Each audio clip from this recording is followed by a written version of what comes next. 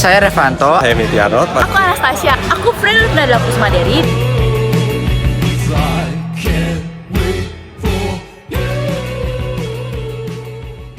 Halo semuanya, aku Freelip Nadal Kusmaderi dari kelas 11 IMA. Jadi di sini aku akan menjelaskan kepada kalian tentang latar belakang dari kebijakan politik etis. Politik etis dikenal juga sebagai politik balas budi.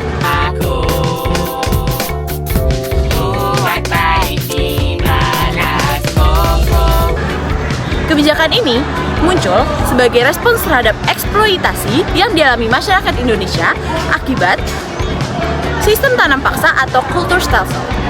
Tujuannya adalah memperbaiki kesejahteraan rakyat Indonesia setelah mereka menderita karena kebijakan kolonial yang merugikan.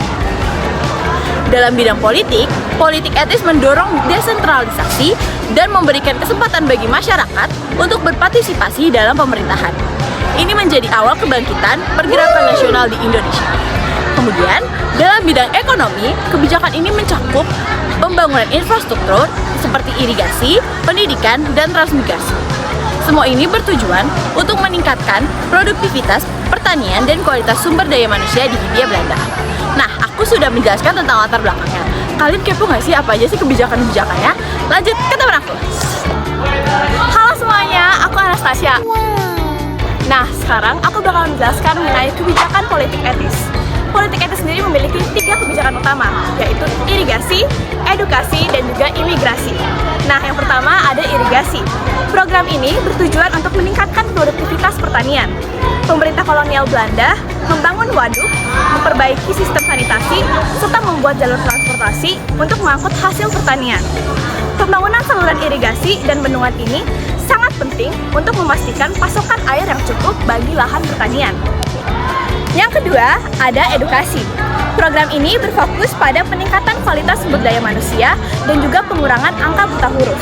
Pemerintah Belanda mendirikan berbagai sekolah seperti HIS untuk pribumi dan juga ada ELS untuk anak Eropa serta pembesar pribumi. Kemudian ada juga Sofia, yaitu sekolah kedokteran pertama di Indonesia. Yang ketiga ada emigrasi. Nah, program ini bertujuan untuk mengurangi padatan penduduk di Pulau Jawa dan Madura, sehingga para penduduk yang ada di Pulau Jawa dan Madura dipindahkan ke Pulau Sumatera. Pemerintah kolonial Belanda membangun sebuah pemukiman baru untuk mengurangi tekanan penduduk di Pulau Jawa. Nah, setiap program pasti ada kekurangannya. Selanjutnya, temanku akan menjelaskan penyelewengan yang terjadi di program politik etis ini.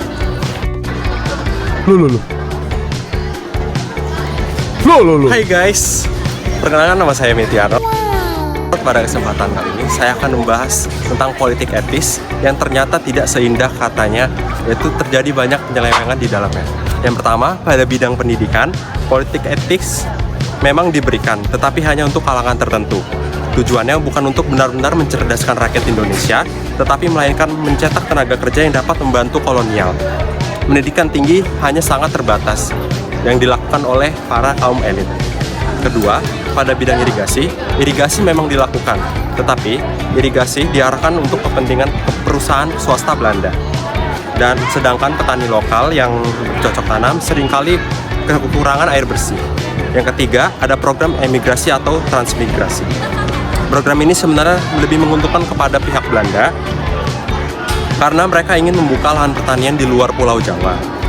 Sayangnya, banyak rakyat yang dipindahkan ke daerah lain mengalami kesulitan dan kurang diperhatikan kesejahteraannya. Selanjutnya akan dijelaskan oleh teman saya.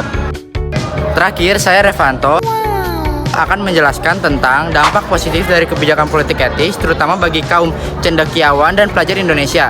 Pertama, pendidikan yang diberikan meskipun terbatas tetap melahirkan generasi muda yang lebih terdidik dan kritis. Mereka mulai sadar akan hak-hak mereka dan ketidakadilan yang terjadi di bawah pemerintahan kolonial. Inilah yang mendorong mereka untuk memperjuangkan kemerdekaan Indonesia. Nah, yang kedua itu adanya peningkatan kesadaran nasional. Pendidikan yang diterima kaum pelajar dan cendekiawan ini menjadi dasar bagi terbentuknya kesadaran tentang pentingnya melawan penjajahan dan mencapai kemerdekaan. Nah, mereka menjadi motor penggerak dalam pergerakan nasional. Nah, yang terakhir itu ada munculnya berbagai organisasi pergerakan nasional seperti Budi Utomo, Sarekat Islam dan Muhammadiyah. Organisasi-organisasi ini didirikan oleh kaum cendekiawan dan berperan penting dalam memperjuangkan hak-hak rakyat serta menyebarkan ide-ide kebangsaan. Nah, yang terakhir itu ada penguatan identitas nasional. Pendidikan yang diterima memungkinkan mereka untuk memperkenalkan dan menyebarkan gagasan-gagasan tentang kebudayaan, bahasa, dan sejarah Indonesia. Hal ini memperkuat rasa persatuan dan kesatuan bangsa. Sekian penjelasan dari kelompok kami, terima kasih. Hal